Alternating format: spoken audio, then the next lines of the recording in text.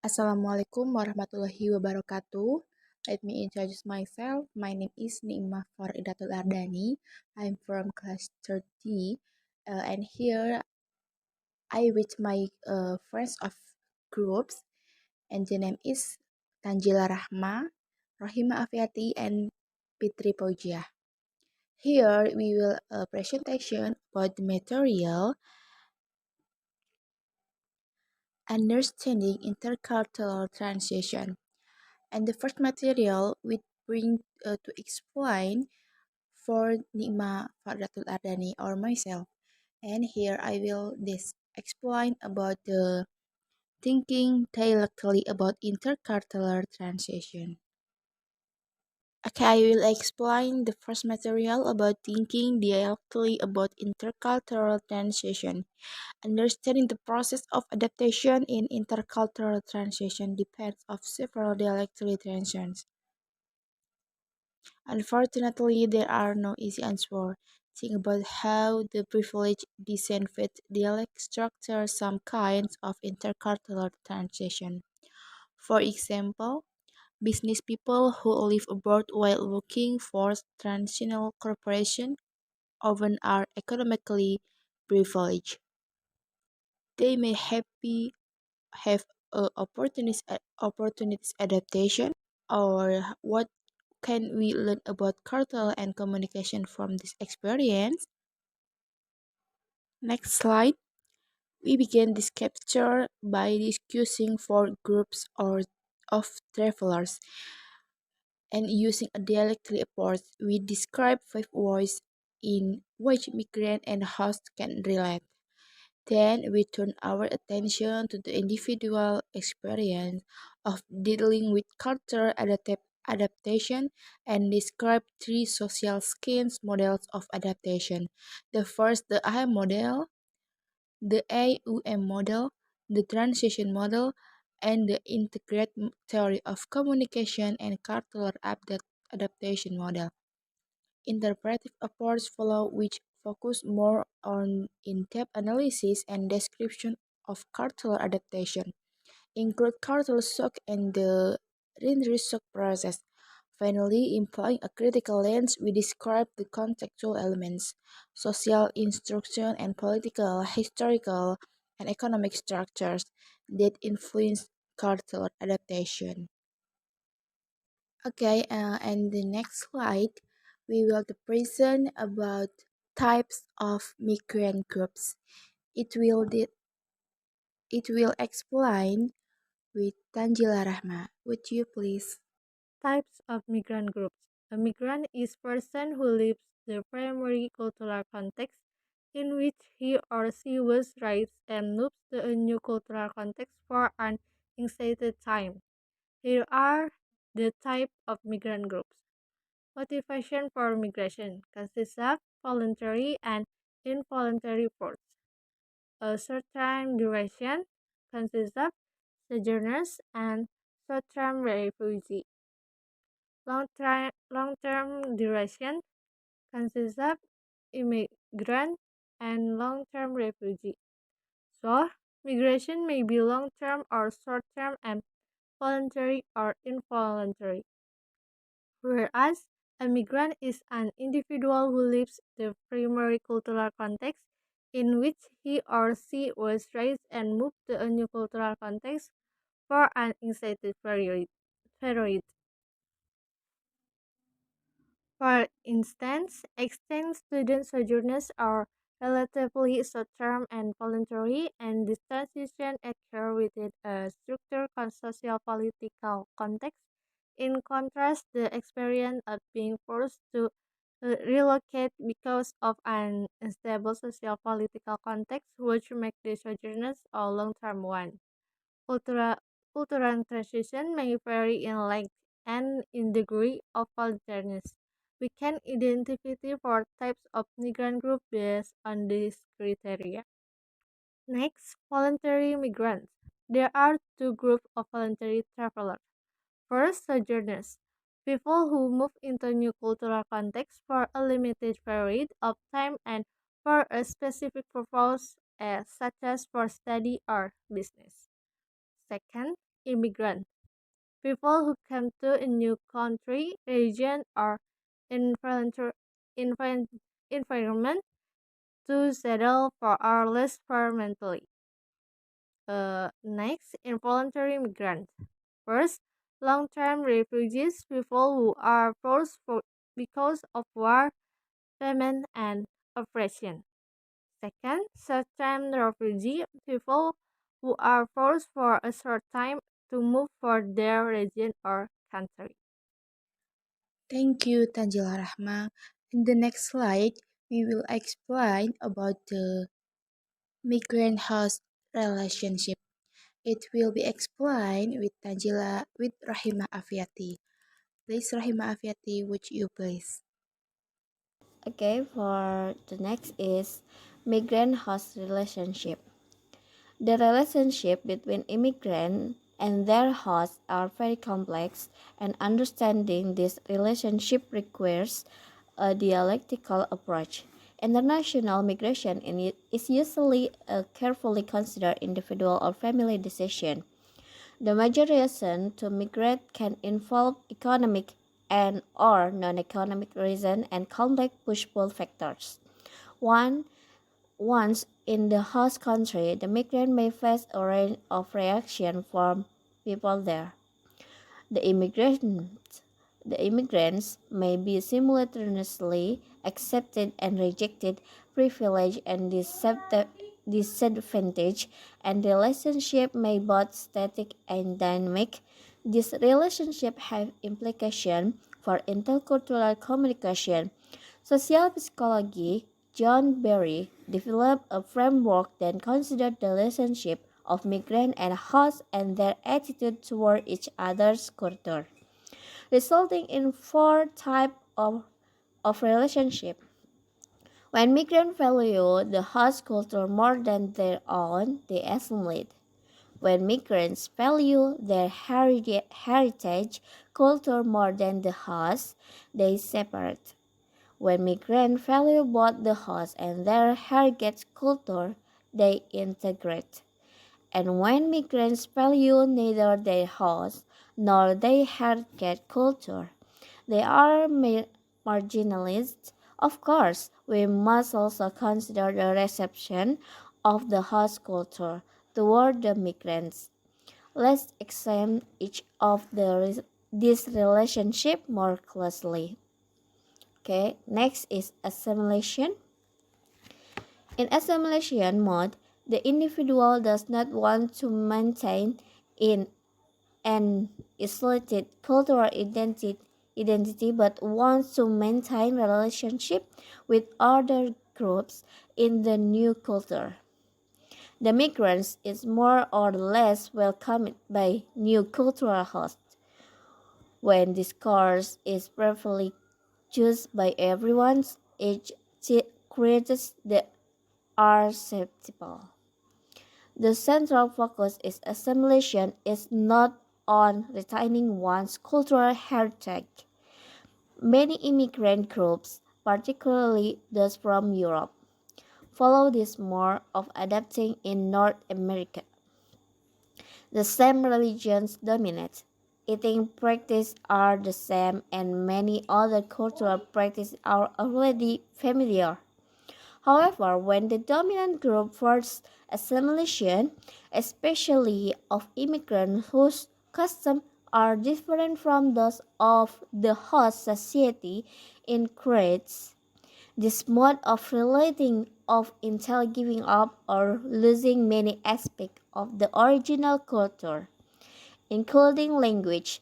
This suggests that heavy dose of discrimination can distort the session of immigrants' original cultural practices. Next is separation. The first is when migrants choose to retain their original culture and avoid interaction with other groups. Many strict religious groups actively resist the influence of the dominant society. An example of the factor segregation in the practice of reading in which Bang refused loan to members of particular ethnic group. This practice perpetuates ethnic segregation. Some people, realizing they have been included from the immigrant advancement version of the melting pot by legal or informal discriminatory practice, in turn promote of in turn promote a separate mode of relating to the host culture. Next is integration. This different from assimilation in that it involves a great interest in maintaining one's own cultural identity. It wasn't as my parents forbade me to speak English, but I addressed either of them in English. The response I got was always go. Other immigrants, like Asian Indian in the United States, maintain a strong sense of their ethnic identity by celebrating Indian holidays like Navratri, the Hindu festival, then celebrate cosmic good, evil. Communication scholar rather he described how this kind of celebration provide a connection and sense of affirmation of immigrants, playing an important part in the process of redefining selfhood and establishing a sense of community in the new environment. To immigrants like myself, they are opportunity to enjoy by India and to savor the colors, clothes, tastes, and sounds of a home left behind. Migrant communities can actively resist assimilation in many ways. Next is marginalization. Marginalization occurs when individuals or groups express little interest in imitating cultural tastes with either dominant culture or the migrant culture. These women, sometimes colored or bright, become marginalized by the dominant society.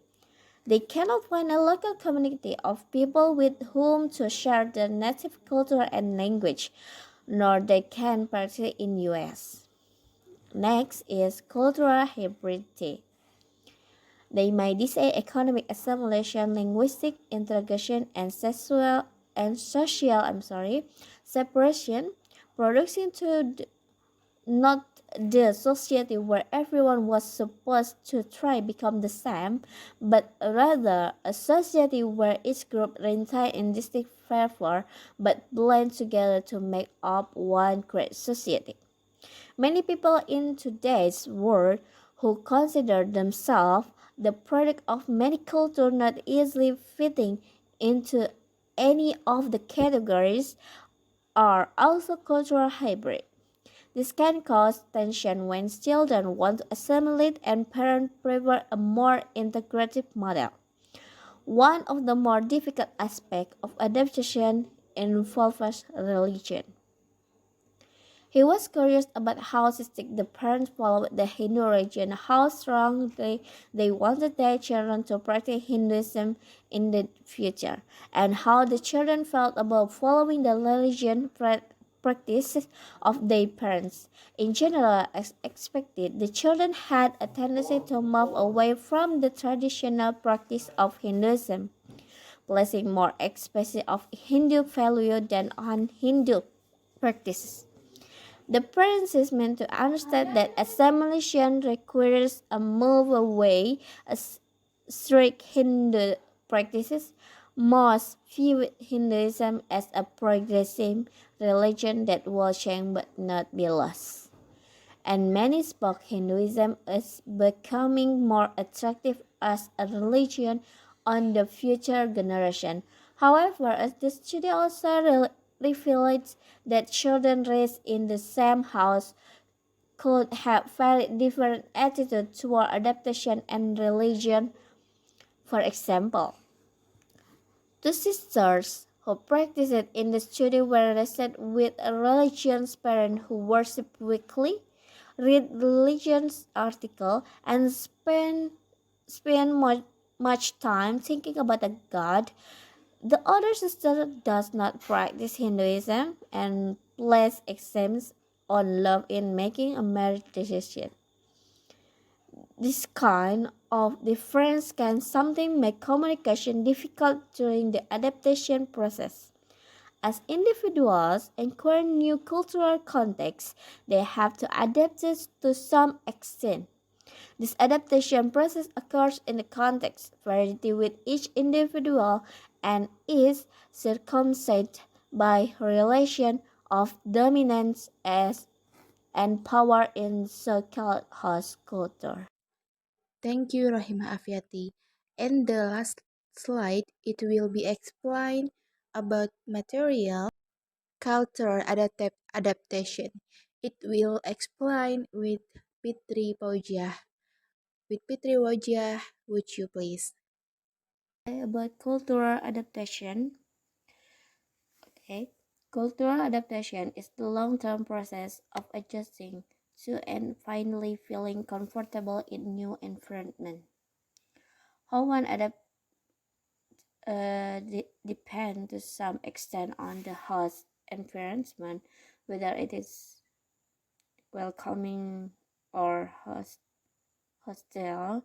There are three communication approaches to studying cultural adaptation, and they vary in the degree to which they embrace individual or contextual environmental influence in the adaptation process. A dialectical perspective in both the individual and the contextual. So in table 8 unto 3, the social science approach embraces the role of personal characteristic of the migrant. The interpret focus on the experience of the migrant, the adapted context. The critical explore the role of large context then influence cultural adaptation, social institution, and history, politics, and economic structure. And then, okay, social science approach. The social science approach focus on the individual in the adaptation process, individual characteristic and background of the migrants, and the individual outcomes of adaptation.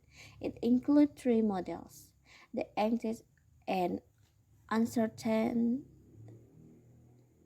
I'm sorry.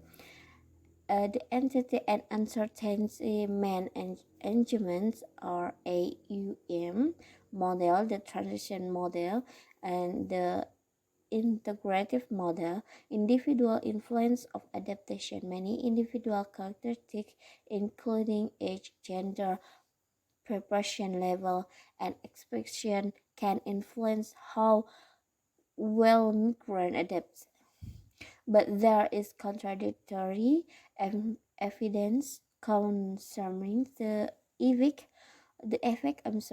of age and adaptation. On the one hand, younger people may have easier time adapting because they are less fixed in their ideas, beliefs, and identities. Because they adapt more completely, though they may have more trouble when they return home. On the other hand, older people may have more trouble adapting because they are less flexible. However, for that very reason, they may not change as much and so have less trouble when they move back home. Level of presentation for the experience may influence how migrants adapt, and this may be related to expectation. Many US sojourners experience more culture shock in England than in other Europe countries because they expect. Thank you, Pitri Paujiah. And then, it is our material about understanding intercultural transition. I hope our friends can understanding about our material. And I'm sorry if we have so many wrong with bring our material and explain about material. Thank you very much and wassalamualaikum warahmatullahi wabarakatuh.